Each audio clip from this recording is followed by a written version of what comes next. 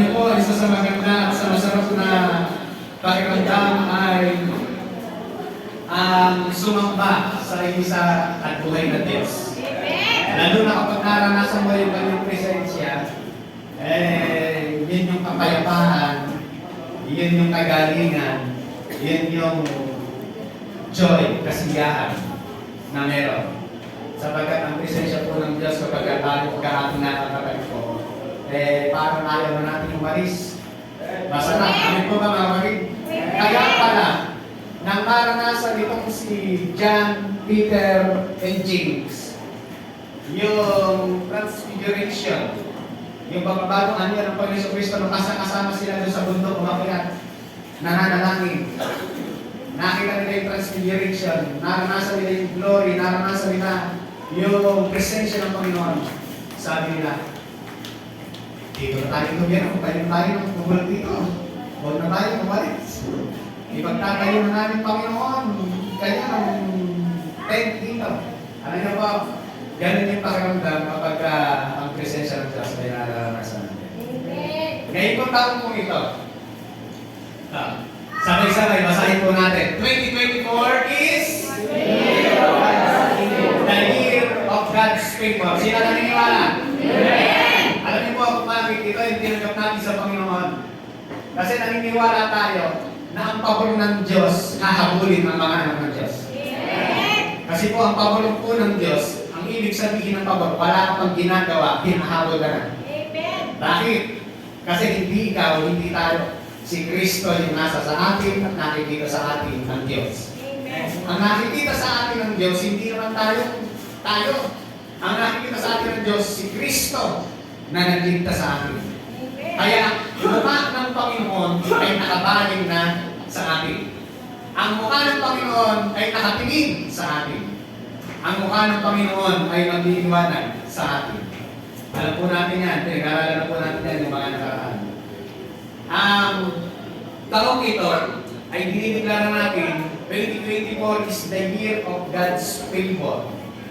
God's favor in your life, God's favor in your family, God's favor in your business, in your businesses, ano man ang meron kayo, mararanasan po natin ang pabor ng Diyos. Paniwalaan lamang natin. Everybody say, Amen. Deklarasyon po natin ngayong taon. Dito. Asa na? Declaration. Sabay-sabay. 1, 2, 3, go! I am blessed and highly favored. I am loved. I am forbidden. I am righteous. I am holy. I am healed. I am protected. I am strong. I am child of God. I am victorious. In Jesus' name. Amen. Palapakan natin ang Panginoon. At pinaniniwalaan po natin ito, mga kapatid, ay gilig mangyayari sa buhay natin ito. Kasi ito ay act ng ating pananampalataya sa Diyos. Alam niyo mga kapatid, tayo lahat ay tinatawag ng Diyos na mga, tinatawag sa Bible na mga leader o mananampalataya. Kapag wala kang pananampalatayahan, hindi ka tatawagin leader. Kasi kailangan panampalatayahan mo yung wala, hindi yung nakikita mo lang. Ang pananampalatayahan natin, kaya tayo naniniwala, dahil wala pa. Iba ang hope sa faith. Iba ang hope sa faith. Kasi yung pananampalataya ay hindi mo pa nakikita, pero naniniwala ka na. Ang hope, sinabi na sa'yo. Halimbawa, sabi ng nangutang sa'yo, babayaran kita sa isang linggo, kumakasa ka ngayon. Hindi mo na alam kaya isang linggo yun. Iba ang magkaiba ang hope, magkaiba ang faith. Kaya po, itong deklarasyon natin na ito ay act of faith ng bawat isa sa atin. Sa panahon na ikaw ay may sakit, sabihin mo, I am healed! Sa panahon na ikaw ay sa panahon na parang walang nagmamahal sa'yo, I am loved! Mahal ka ng Diyos. Itong lahat ng ito. Sa panahon na sinasabi ng kaway, makasalanan ka, wala kang magagawa. Sabi mo, I am forgiven. Hindi dahil sa ginawa natin, kundi dahil sa ginawa ni Kristo sa krus ng Kalbaryo. Ngayon kung tama ito, tatanungin ko kayo. Anong bagay ang gusto mong mangyari sa'yo? Anong bagay ang gusto mong mangyari sa'yo? Ay, sasagot ko, parang hindi tayo magkakal. Okay, na lang. Ano, Jel? Ano gusto mong bagay ang mangyari sa'yo? Makatapos. Kaya, hindi na po kayo dito pag dito ako pumunta. Baka hindi na po. Ren, ano gusto mong mangyari sa'yo? Ngayong taon. Matapos ko ng pag-aaral na iiyan ko yung year. Yan. Lahat. Pag tinanong ko lahat, tiyak meron mga magagandang gusto mangyari sa buhay. Tama po ba? May mga gusto mangyari. Katulad ng mga estudyante natin. Mga estudyante, ang gusto nila makatapos ng pag-aaral. Sapagkat sa tingin nila makatapos ng pag-aaral, ito ay isang kayamanan na. At ako ay magagamit na ng Diyos para ihaw ng aming pamilya sa mahirap na buhay. Sino na nangarap ngayong taon? Meron siyang magandang bahay. Amen! Ay, napakaganda naman. Yan. Yan na kinuha ko, kaya marami pa sa internet. Kinuha kayo. O ano gusto niyo design ng bahay nyo? Yan. Display nyo na sa live mo. Sa pangalan ng Jesus. Gusto po ba natin yan? Sino gusto magkaroon ng sasakyan? Pagkaganda po yan na gusto natin. Sino gusto makapunta sa iba't ibang lugar? Bakit natin mga tanawin? Kung ikaw ay papipili ng isang bagay, ano ang gusto mo?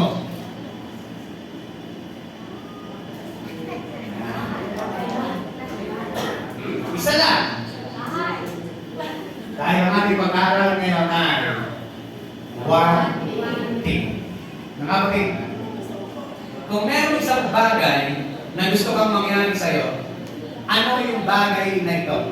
Nakikita mo na natin sa salita ng Diyos kung ano yung mga bagay na dapat na gawin natin ngayong taon ito. Kung ano yung mga bagay na dapat na unahin natin ngayong taon ito. Sino naniniwala kapag inuna natin kung ano ang gusto ng Diyos, lahat ng pinakita ko kanina susunod na ngayon? Susunod lang po lahat ng ngayon. Kapag ka yung bagay na gusto ng Diyos ay inuna natin. Bakit po? Kasi po mga kapatid, lahat ng pinakita ko na yan, malilipas yan eh. Mawawala yan.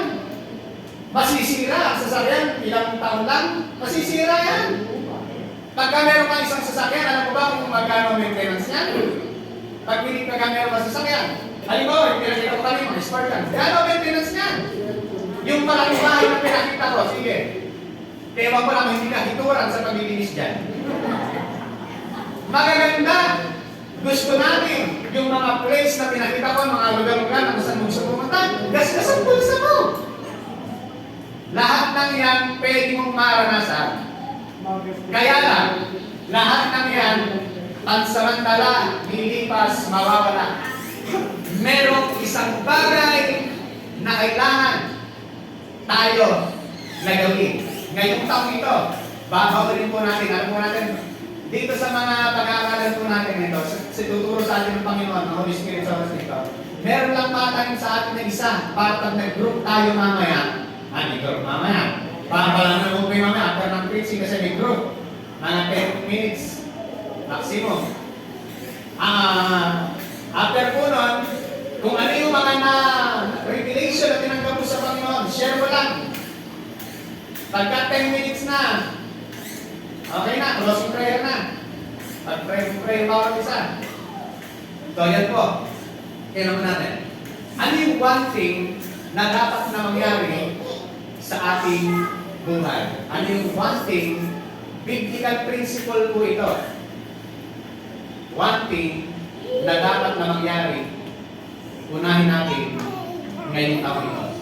Okay, ano po na? Eliminate the useless things. Baka meron tayong mga useless thing na ginagawa. Kailangan eliminate. Itapon na. Ano napansin? Sino yung nakapansin? Napansin yung tasa, nasa loob yung tangkay. Tapon mo yan! Hindi ganyan ang tasa, mapapasok ka ka, sasasok mo yung daliri yun, ha? Eliminate the useless things. May mga bagay ka bang ginagawa na parang useless? Lubayan mo yan. Mga estudyante, kung ikay nag-aaral, mag-aaral kang mabuti, yung mga bagay na nasayang lang, na hindi mo ginagawa, hinto na. Kasi, meron pang bagay na ipupursu ngayong taong ito. One thing. Kailangan alam mo kung ano. May tinuro sa atin si Apostol Pablo kung ano yung bagay na dapat natin gawin, na pwede natin kunin sa taong ito. Kasi, kailangan i-eliminate natin yung mga useless things. Mga bagay na hindi na karapat-dapat, mga useless. Marami pa ba kayo sa bahay na mga dapat nang itapon, tinatago-tago niyo pa? Dapat sunugin na, pero tinatago-tago pa. Pag naaalala mo tuloy, natulungkot ka. Kasi sabi mo, araw. Puro ka nung araw. May gusto na gawin sa'yo ang Diyos. So sinabi na bukasan, may nakikita ka kasi na dapat manangita pag ni Alice ng araw. Okay, eliminate the useless. Yung mga useless things. Sabi ng Apostol Paul, mga kapatid, lakas sa buhay natin, meron din. Ano po ba yung mga pwede natin eliminate natin sa ating mga buhay? Sabi ng Apostol Paul ito, ni Luke, when Jesus heard this, He said to him, in English po natin, para makita natin yung one thing, you still lack one thing. Ano yun? Sell everything you have and give to the poor. And you will have treasure in heaven, then come follow me. Sino po ito? Yung taong mayaman. Ang yaman-yaman, ang daming pera, binata pa lang mayaman na siya, pero gusto niyang magkaroon ng buhay na walang hanggan. Pumunta sa kay Jesus, ano ba gusto kong, ano ba yung dapat na ganito para magkaroon ng buhay na walang hanggan? Sinabi ni Jesus, higanan mo ang inyong ama, sundin mo ang mga utos, sabi nung, lahat po ng sinabi niyo sa listahan, tinupad ko na lahat, wala pa nang may bata. Sabi ni Jesus, isa pa ang kulang sa iyo. Jesus said, you still lack one thing. May isang bagay na kulang. Tingnan niyo po ito, isang mayaman na napakayaman, pero meron pa rin kulang. Ibig sabihin, hindi ang kayamanan, hindi ang yaman ang talagang kailangan. Hindi naman talaga yung pera ang kailangan. Kasi ang pera, pakilang. Sabi nga ng isang snippet ni Pastor Stephen Prado, hindi naman talaga pera kailangan kasi yung pera pakilang eh. Ang kailangan natin yung mabibili ng pera. Pero merong bagay na hindi nabibili ng pera. Kapag ikaw ay naguguluhan, nababalisa, hindi nabibili ng pera ang kapayapaan. Kung ikaw ay hindi makatulog, hindi masarap ang tulog, hindi nabibili ng pera ang masarap na tulog. Itong taong ito, na ang yaman, ang pakayaman, pero sabi ni Jesus, you still lack one thing. Ano po yung one thing? Sell everything you have and give to the poor, and you will have treasure in heaven, then come, follow me. Ang tanong ng mayaman, paano ba ako magkakaroon ng buhay na walang hanggan? Ang sabi ni Jesus, sunod ko yung mga kautusan. Sinunod ko na po. May isa na lang ng bagay na kailangan sa'yo. One thing, yun lang. Ano yun? Lahat ng treasure mo, ibenta mo, ibigay mo sa mga maghihirap para magkaroon ng buhay na walang hanggan. Para magkaroon ng treasure in heaven. Ang gusto ng lalaki, buhay na walang hanggan.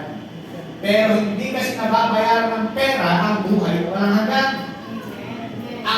Ang buhay na pupunta ng langit, hindi mabibili ng pera. Kasi kung mabibili ng pera, parang sumay ka lang ng bus, gusto mo pumunta ng Maynila, ticket. Gusto mo pumunta ng abroad, passport, bibili ka ng ticket. Ibig sabihin, parang gano'n lang. Pero sabi ni Jesus, hindi gano'n. Kapag ka Yung bagay nito ay ginawa mo, magkakaroon ka ng treasure in heaven. At pagka nagawa mo na ito, sumunod ka na sa akin. Ano yung bagay na kailangan i-eliminate ng taong ito? Sabi ni Jesus, benta may yaman mo. Nung pala, ang taong ito, yung kanyang puso, ay yung kanyang Diyos, ay yung kanyang kayamanan. Ang kanyang Diyos na yung kanyang yaman.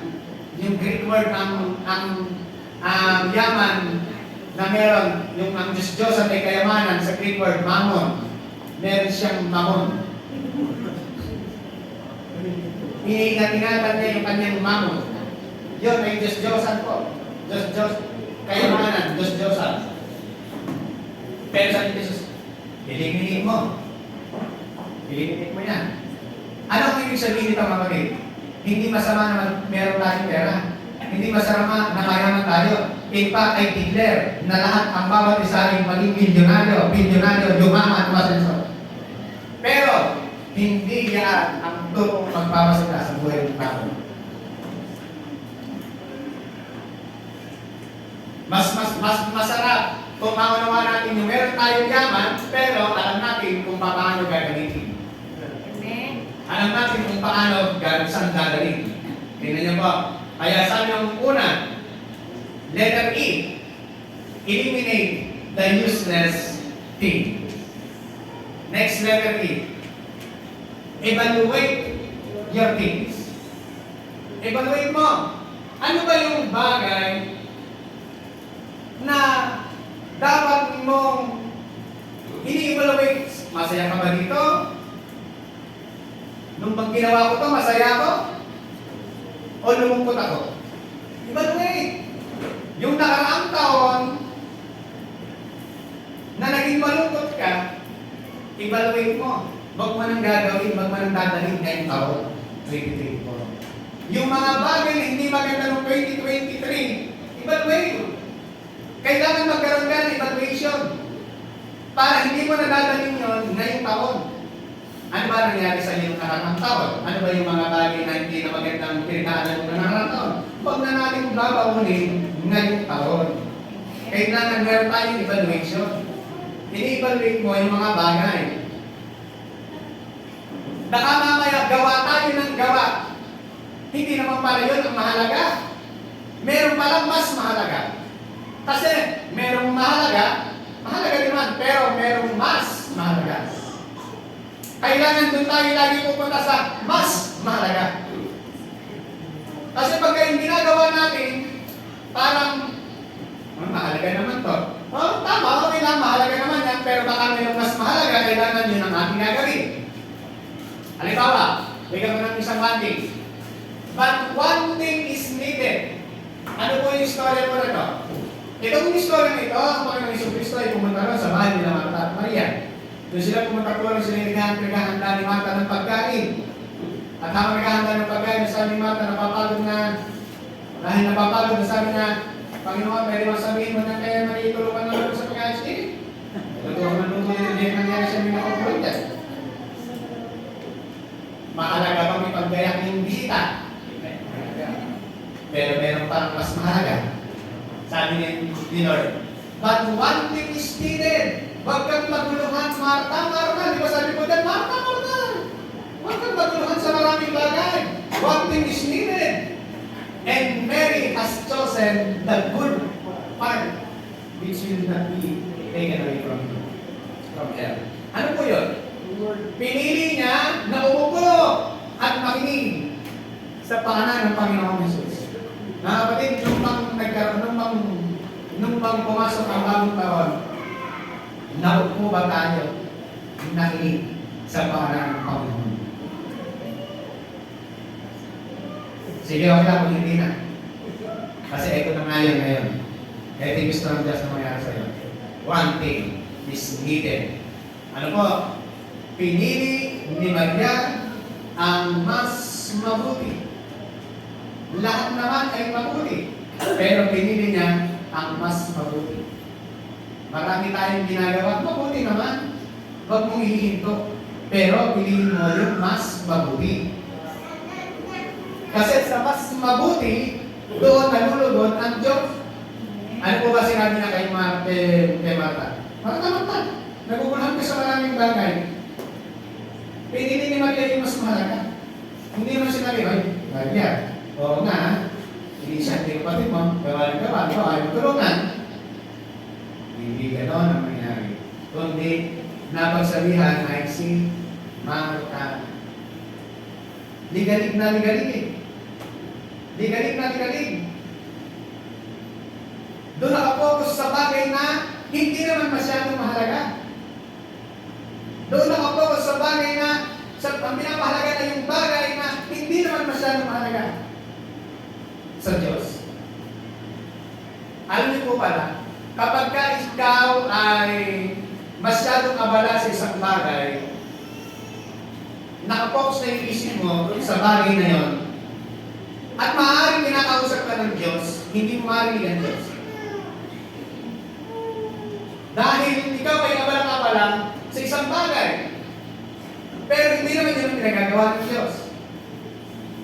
Si Marta, na-focus dun sa kanyang ginagawa, na-focus dun sa isang bagay na kanyang ginagawa, kaya hindi niya na nakikita yung mas mahalaga.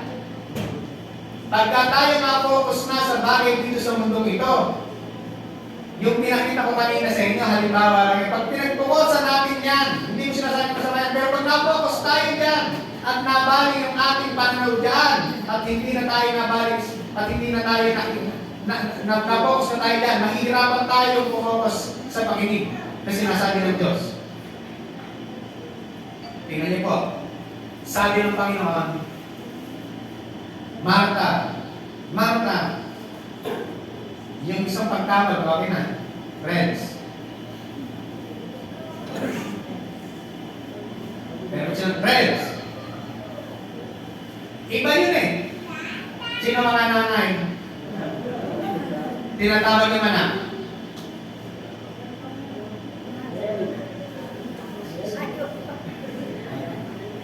Di ba magkati na? Alam mo, si Rochelle, tinawag. Si Rochelle. Busy pa rin. Ano ba ginagawa kong mga buli-buli? Ibig yung Rochelle, busy. Rochelle! No, yan. Inaagaw yung atensyon. Kasi busy. Sabi ni Lord, Marta. Kasi alam niyo pa sa Bible, pag inulit, mahalaga. Importante yun. Kasi sabi ng Bible, Marta yan. Ibig sabihin, inulit yun ng Panginoon, may impact, may ibig sabihin. Bakit inulit? Busy sa mga bagay na hindi naman kailangan. Kaya sabi ng Lord, one thing is needed. Isa lang naman talaga ang mahalaga. Ang inuna ni Maria, ang mahalaga, ang makinig sa paanan ng Panginoon. Alam ko mga kapatid, purihin ang Diyos sa buhay mo, sa buhay natin lahat, sapagkat inuna mo kung ano ang mahalaga sa Diyos. Parapan po natin. Dahil ito na natin ito yung mahalaga sa Diyos. Ibig sabihin, nakikinig ka sa gusto ng Diyos na makuha mo ngayong taong ito. Kaya, evaluate your things. Evaluate mo yung mga bagay-bagay. Alin ba yung mas mahalaga? Next, letter E. Equip for the real things. Kailangan, ngayong taong ito, ini-equip natin yung ating mga buhay saan? Sa talagang bagay na kailangan. Alam niyo po, pagka tayo ng bagay na kailangan, walang higit pa sa gusto ng Diyos na mangyari para sa ating mga buhay. Kasi yung bagay na kailangan, yung bagay na gustong mangyari, yung bagay na dapat na na-equip tayo, ito yung bagay na hindi lang pag-dito sa lupa. Ito yung bagay na darating hanggang sa hinaharap. Bakit po kailangan equip tayo sa mga talagang bagay na gusto ng Diyos? Equip for the real things. For the real things. Ano yung bagay mo na yan? Sabi po ni Peter ganito, "But beloved, do not forget this one thing." Do not forget this one thing. Huwag mong kalilimutan yung bagay nito. That which the Lord one day is as 1,000 years, and 1,000 years as one day. Ito po mga kapatid, nanda natin. Ano po yung equip for the real things? Kailangan tanda natin yung isang bagay na mahalaga nito. Ano po yung isang bagay na mahalaga? Ang isang araw sa Diyos ay katumbas ng 1,000 taon. At ang 1,000 taon ay isang araw lang. Ano ang ibig sabihin yan? Lahat ay mayroong hanggahan. Lahat ay mayroong katapusan. Sa Diyos, ang isang araw, ang 1,000 taon, isang araw lang. Bakit? Ang Diyos po kasi, hindi naman sakop ng araw ang taon natin. Hindi nasasakop ang Diyos ng kalendaryo natin. Hindi nakapaloob ang Diyos sa nangyayari dito sa mundo ito. Hindi nakapaloob ang Diyos sa araw, buwan, oras. Outside ang Diyos doon sapagkat malaki ang Diyos. Ang katunayan, iba ang oras dito, iba ang oras sa Amerika. Kung ang Diyos ay buong mundo, ay alam niya, ganun siya. Hindi siya sakop ng oras at araw at taon. Kaya yung isang araw ay pwedeng 1,000 taon at 1,000 taon ay pwedeng isang araw sa Diyos. Pinapakita po mga kapatid, maikli lang ang buhay. Lahat ay matatapos. Equip for the real things.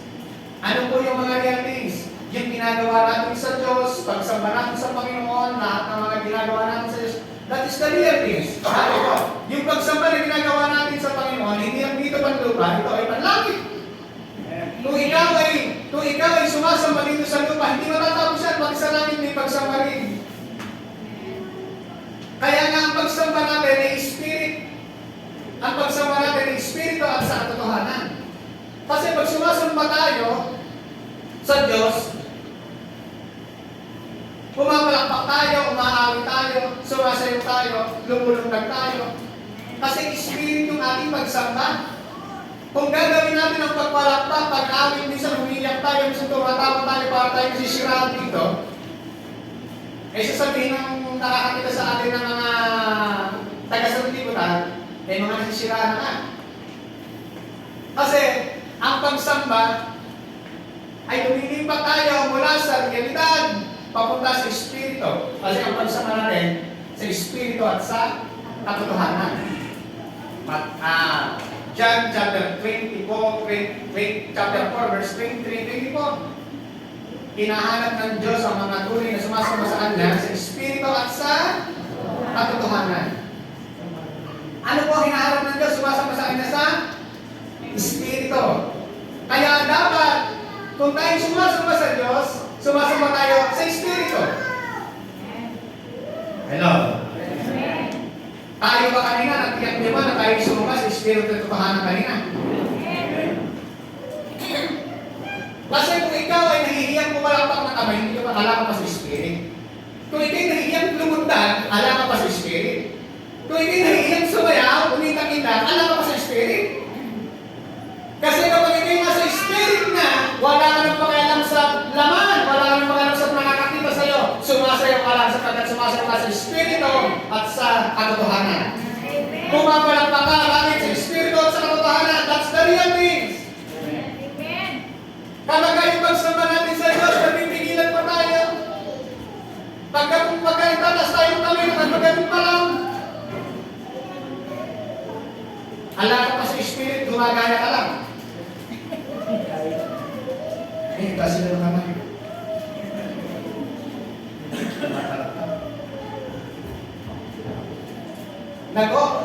Ino-observahan niyo yung katabi mo kasi hindi ka marunong sumama sa espiritu ng katotohanan.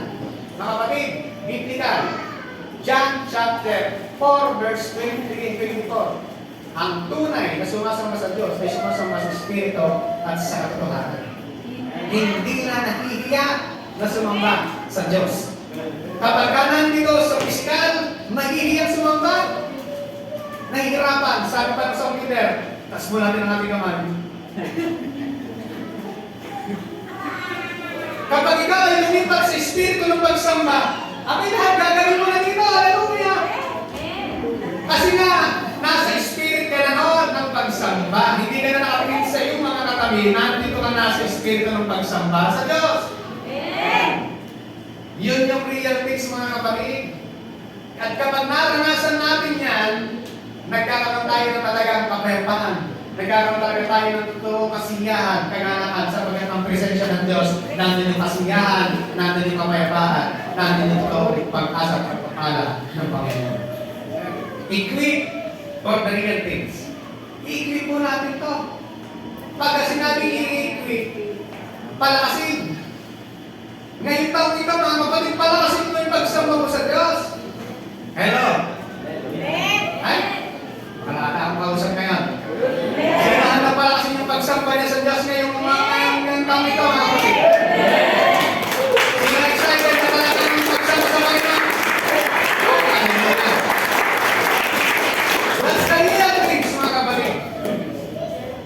Kaya pagka tayo umaawit sa Diyos, kaya kapag tayo sumasamba sa Diyos, excited ang pagpupuri, excited ang pagsamba. Dahil ngayon ang araw ng Diyos. Kaya natin sasabi ngayon yung araw ng Diyos eh. Mga kapatid, ang pagsamba sa Diyos araw-araw. Pero masarap pagka tayo nagsasama-sama sumasamba sa Diyos. Pagka tayo sama-sama sumasamba sa Diyos,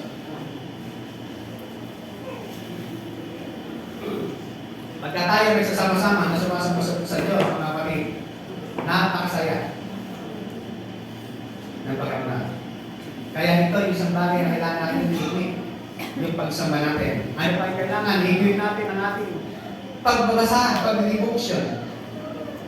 I-equip ko natin.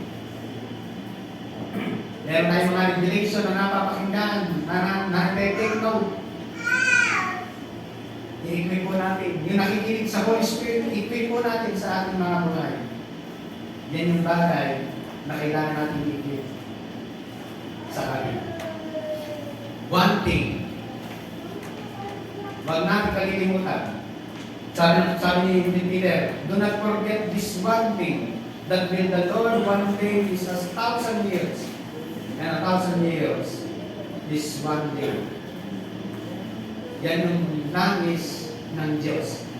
I-equip natin yung ating mga sarili sa real things. Lahat dito sa mundo, lilipas, mawawala, lilibuot. Ito yung katawan natin, mamamatay itong katawan. Ang hindi lang mamamatay sa atin, ang talagang tayo. Yung spirit natin, babalik sa Diyos, yung kaluluwa natin, babalik sa Diyos. Yun yung talagang tayo. Dapat meron tayong katawan, meron tayong kaluluwa, meron tayong spirito. Yung katawan, mamamatay, yung kaluluwa, yan yung pupunta sa Diyos. Kaya nga po mga kapatid, yung ating real things, ini-equip po natin. Amen? Amen. Equip po natin. Ano pa? Ang one thing po natin, experience the best thing. Experience natin yung the best things. Ano po yung one thing na ito? Experience the best thing. Tanong ko po sa inyo, ano po ang best thing sa inyong buhay? Ano po yung best thing sa inyong buhay? Siyempre, na tayo makakilala sa Diyos, best thing yun. Namaranasan natin ang pagliligtas ng Diyos, best thing. Pero nung naranasan natin yung pagliligtas ng Diyos, ang pagliligtas ng Diyos sa ating buhay, yung ating spiritual, na born again tayo, isang bagay, isang beses lang yun. Hindi na po born again. Isa lang. Pag na-born again, yun na-born again na. Pero, merong experiencing the best thing. Ano po yung experiencing the best thing? Maaaring nagkaroon ka ng sakit, pinagaling ka ng Diyos, ang tawag doon, blessing. Maaaring walang-wala ka, ang Diyos ay nag-provide, ang tawag doon, blessing. Yung taong ito sa Biblia, yung lalaking bulag, mula pagkabata, bulag na. Nang ma-encounter si Jesus, nagkakaroon siya ng pagkakita, pananaw. Na-experience niya yung blessing. Hindi lang buhay o hanggang meron siya, na ma-experience si Jesus, na-experience pa niya yung healing. Na-experience pa niya yung miracle ng Diyos. Dahil pinanganak ng bulag, inborn, tapos nakakita. Blessing. Kakaibang bagay yan. Kaya tingnan, sabi niya sa akin, sabi ng lalaki mula ito. John chapter 9, talo na natin ang 25. He answered and said, whether he is a sinner or not, I do not know. One thing I know. Sabi ng lalaki ito, isang bagay na alam ko. Ako ay dating pula, ngayon may nakakakita. Sabi kasi ng mga parisay sa kanya, Hoy, sino nagpagaling sa'yo? Eh yung tao mo, ay makasalanan yan. Sabi mo lang, hindi ko alam kung siya yung makasalanan, basta na siya nanggaling, basta isang bagay ang alam ko. Ako yung dating bulan, ngayon nakakita na. Ano ang ibig sabihin? Meron ka ma-experience sa Diyos, best thing, experiencing the best thing. Yung bagay na gusto mong ma-experience, ngayong taon na ito, mawawalan ka, pero makikita mo ang Diyos nagpupay. Maaaring meron kang sakit, pero makikita mo ang Diyos nagpapagaling. Maaaring may nalulungkot, pero makikita mo, ibibigyan ang kagalakan ng Diyos. Kasi nga po, ang Diyos ay nagbibigay ng best thing. Ano ang pangangailangan ng pinanganak na bulag? Pananaw, makakita. Yung bang siya ay makakita mula pagkabata, pinanganak na siyang bulag, mula sa tiyan pa ng nanay niya, pinanganak na siyang bulag. Nang makakita po ba siya, ay kagalakan niya. Masasabi po niya yung best thing ng buhay niya. Mga kapatid, anong ibig sabihin natin? Maaaring sa kalagayan mo ngayon ay pinanganak ka, wala. Ano yung gusto mo mayari? Besting? Okay, Jesus na matatagpuan ang besting ng buhay. Dahil nang ma-encounter ng bulan, itong si Jesus, nung bulan na ito, ano nangyari? Na-encounter niya ang besting ng kanyang buhay. Si Jesus ang siyang solusyon. Kaya dahil si Kristo ang solusyon ng ano ay laging makinig kay Jesus.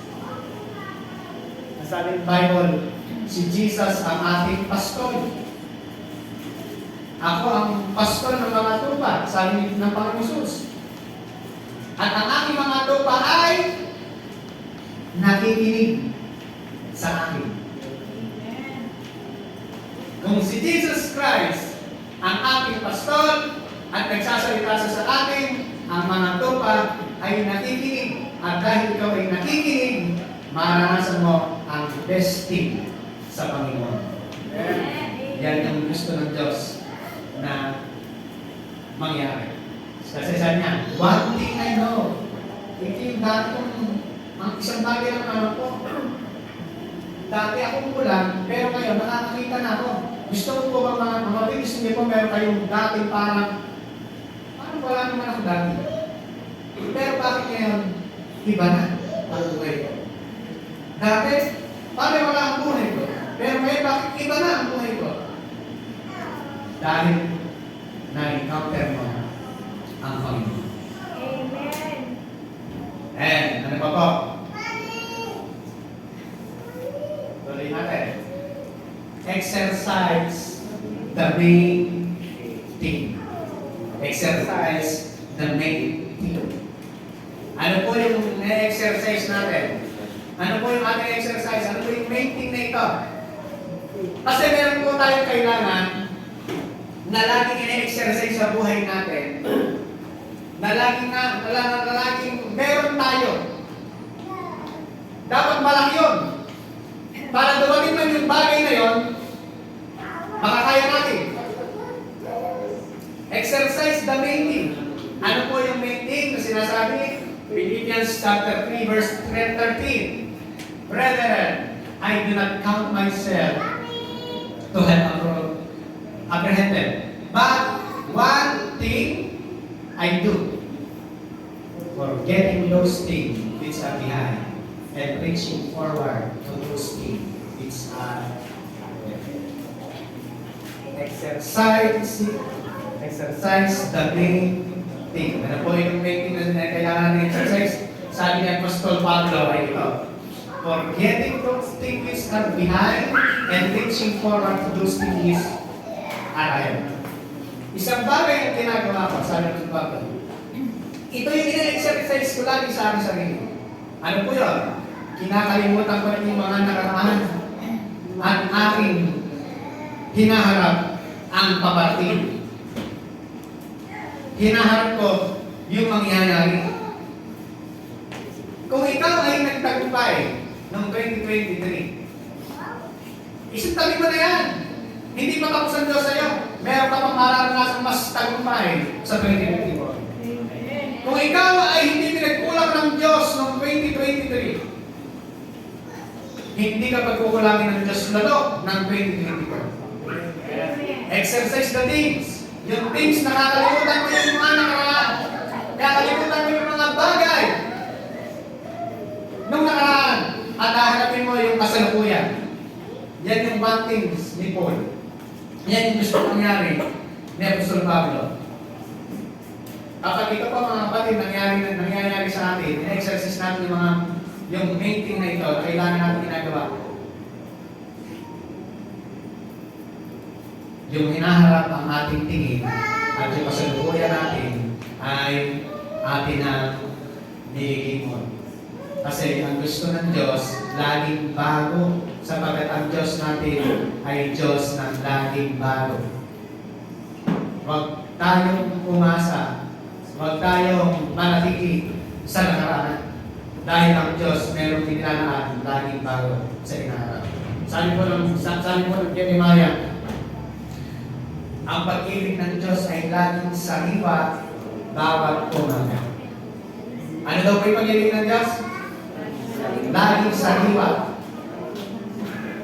Hindi nabibigasa ang pag-ibig ng Diyos. Iba ang pag-ibig ng Diyos kahapon, iba ang pag-ibig ng Diyos ngayon, at iba pa rin ang pag-ibig ng Diyos sa inaharap. Yun po yung bagay na i-exercise natin. Main things. Kaya kalimutan yung mga nakaraan, kalimutan yung mga nakaraan, mga bagay na hindi pwede na, ibalik mo yan. Di ba sabi kanina, ibalik. Ano ba yung mga bagay na pwede mo nang kalimutan? At pumunta ka sa pangako ng Diyos sa hinaharap na gusto mong mangyari sa iyo. Yan yung gusto ng Panginoon. That's the one thing. Gusto ng Diyos na mangyari sa ating buhay. Ano pa po? Pangilan na po ito. Pangalan na. Last na po yan. Emphasize the one thing. Ano ba yung talagang mahalaga?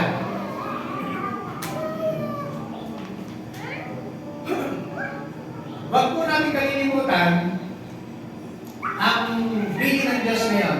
Ano ba yung mahalaga na dapat natin gawin? Ano yung pinakamahalaga? Ano yung kailangan? Emphasize the one thing.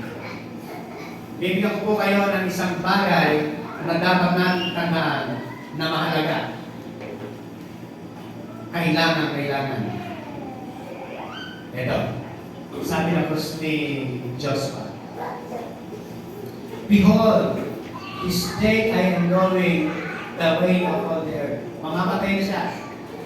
And you know in all your heart and in all your soul that not one thing has failed of all the good things which the Lord your God spoke concerning you.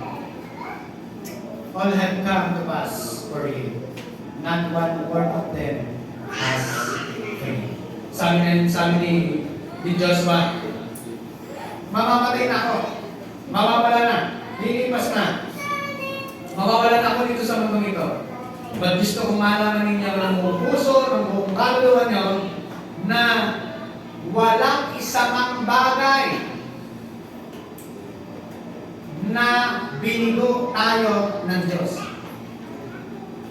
Lahat ng kanyang pangako na sinabi sa atin ay kanyang tinupad. Sabi ni Joshua, alam niyo, mga Israelita, sa aking pagpanaw, ito ang gusto kong tandaan ninyo. Huwag niyong kalilimutan. Walang bagay na hindi tinupad ang Diyos sa inyo. Tanong ko lang po sa inyo mga kapatid. May mga bagay po bang pinabayaan tayo ng Diyos? Ibig sabihin, yung bagay na ito ay isang mahalaga na kailangan nating pagbulit-bulayan sa ating isip. Wala yung pagkukulang ng Diyos. Ang Diyos ay hindi nagkulang kailanman. Lahat ng kanyang pangako ay tinupad. Sabi sa mga Israelite, mas naniniwala ako ngayon mga kapatid na ngayon sa mga anak ng Diyos lalong hindi pamibigo na mga nagtitiwala sa Diyos. Alam niyo po kung bakit? Dahil si Kristo ay nasa sa atin. At lahat ng panalangin natin dahil tayo ay nasa kay Kristo, ang sabi ng Bible ay laging yes. Lahat ng panalangin mo nang ikaw ay nasa kay Kristo, ano sabi ng Bible? Laging yes. Laging oo. Ang sagot, dahil kay Kristo. Yan yung bagay na sinasabi ng Bible. Kung kayo po ang pipili ng one thing, ano po yung one thing po na yan? Ang tanong ko po ngayon sa inyo, kung kayo ay pipili ng one thing, ano yung one thing na yun? Kung kayo ay pipili ng isang bagay, ano po yung isang bagay na yun? Tingnan niyo po. Pagpiliin natin si David. Si David na yung tatanungin natin baka sumagot na. David, sagot. Ayan, sagot na. One thing I have desired of the Lord, that will I seek. Sabi niya, one thing I have desired to the Lord, that will I seek, that I may dwell in the house of the Lord all the days of my life, to behold the beauty of the Lord. Biruin niyo, si David, nasabi niya sa kanyang sarili, isang bagay lang ang gusto ko, ang manahan sa presensya ng Diyos, sa bahay ng Diyos, sa templo ng Diyos, at maranasan makita ang kanyang kanilangan. Bakit po nasabi ni David? Sapagkat ang isang bagay na mahalaga ay ang presensya ng Diyos. Tingnan niyo po ito. Sabi ni David, that I may dwell in the house of the Lord all the days of my life. Bakit niya nasabing siya ay mananahan sa bahay ng Diyos magpakailanman? Alam niyo po, kapag sinabing home or house, bahay,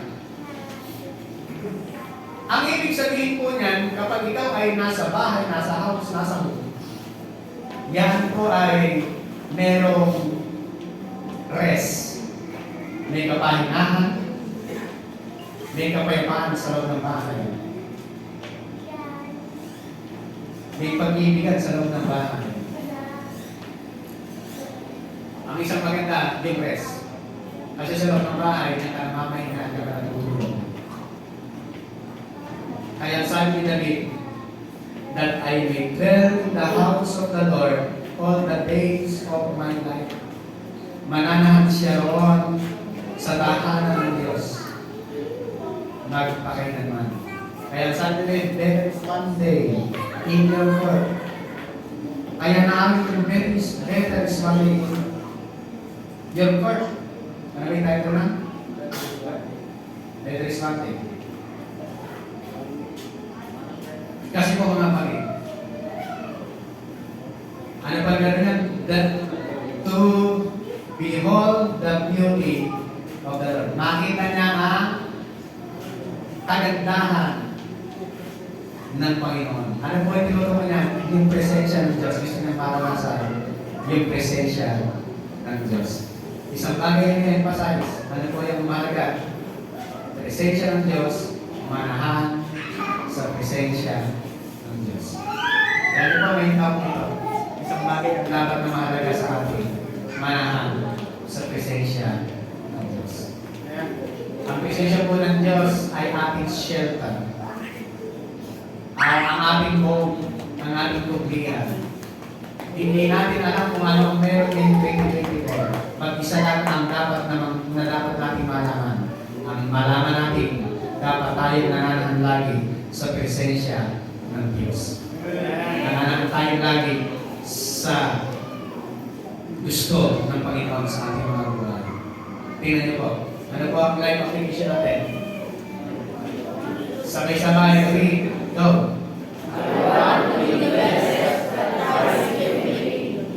Sino po ang gusto nito? I want to be the best that Christ can be. Alam niyo po mga balik, ang gusto ng Panginoon sa atin, maranasan natin yung the best niya para sa atin. Tabi ko lang po kayo, yung mga magulang, ang gusto nila, ano ang gusto nilang mangyari sa kanilang mga anak? Diba? Kung ikaw ay isang magulang, ang gusto mong mangyari sa iyong mga anak, maranasan niyo yung the best. Kung ikaw ay mayroong kakayahan lang din lang, gagawin mo ng lahat sa iyong anak. Sa pagkatang magulang, may ginagawa niya lahat sa kanyang anak. Pag nagkaroon ng sakit yung anak, so doon lang ipangutang yan, mapagawa ang anak. Dahil ang magulang ay matindi ang pagmamahal sa kanyang anak. Mga kapatid, meron tayong tatay sa langit. Hindi na niya kailangan mangutang sapagkat siya hindi-ari ng lahat. Pwede natin lapitan, pwede natin panampalatayan, pwede natin dasalan sapagkat ang Diyos ay sinulapit na ng panalangin natin. Kung ikaw ay papipiliin, anong bagay ang gusto mong mangyari sa iyo? I want to be the best that Christ can make. Lagi natin naisip yung gusto ni Kristo na the best para sa ating lahat. Ngayon 2024 mga kapatid, ay declare, maranasan natin the best ng Panginoon sa ating mga buhay. Maranasan natin yung the best ng Diyos sa buhay ng sa pamilya mo, sa negosyo mo, sa lahat ng aspeto ng buhay natin. Maranasan natin yung the best ni Kristo para sa atin. Sapagkat ang Diyos ay hindi nagkukulang. Ang Diyos ay hindi nauubusan. Maaaring maubusan na ang lahat. Maaaring puntahan mo na ang lahat. Mauubusan din yun. Pero ang Diyos hindi nauubusan ng anumang pangangailangan natin. Isang bagay lang ang mahalaga. Laging lumapit sa Diyos. Ngayon pang ito mga kapatid, isang bagay na dapat natin naman, laging lumapit sa Diyos. Bakit po? Sapagkat pag tayo lumalapit sa Diyos, ang the best ng Panginoong Jesucristo ay ating mararanasan. Sabi na ginawin natin kanina, parang aron sa dagat,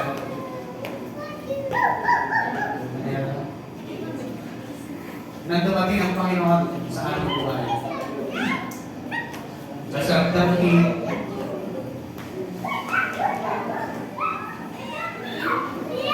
at nagpapatihanan tayo sa araw na yun. Ano po ang ibig sabihin? Ang simbolo yan ng presensya ng Diyos. Yung mga bata, bigyan nyo ng katulad ko, bigyan nyo ng granada, ng bomba, hindi, joke. Julian, pakinggan nyo yung mga bata. Alitin po natin itong mga analit ko lang ito.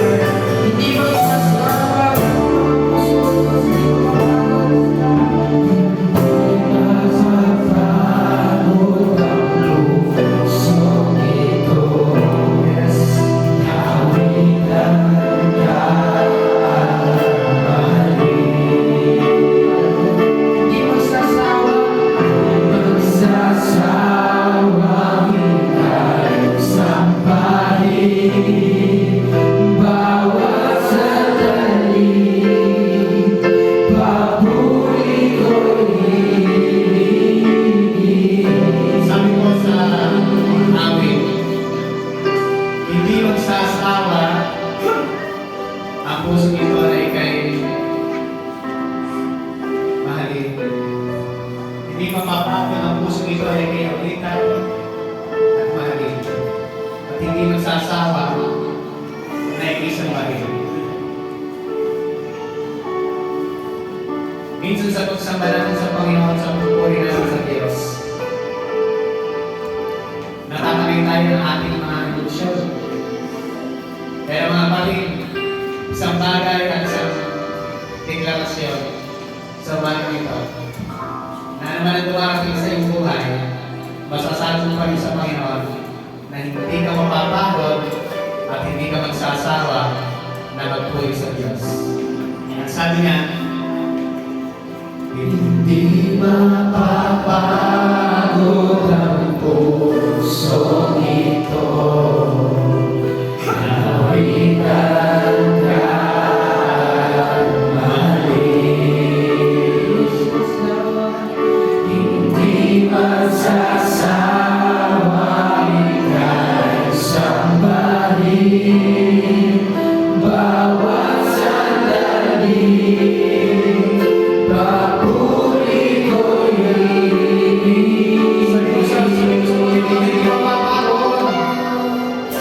hindi mapapagod ang puso ito.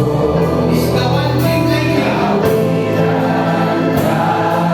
Ang hindi mapapagod, ang hindi magsawa, nasa pagiging magsasawa, ika'y sambahin. Bawat sandali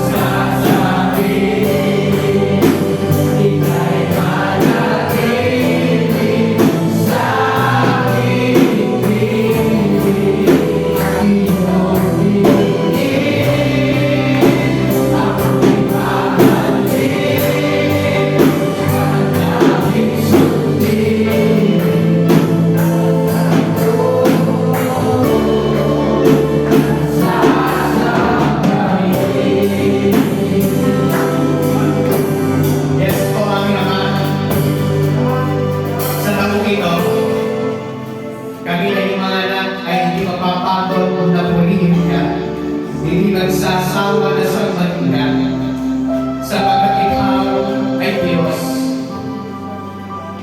na mabuti at tapat sa aming mga buhay.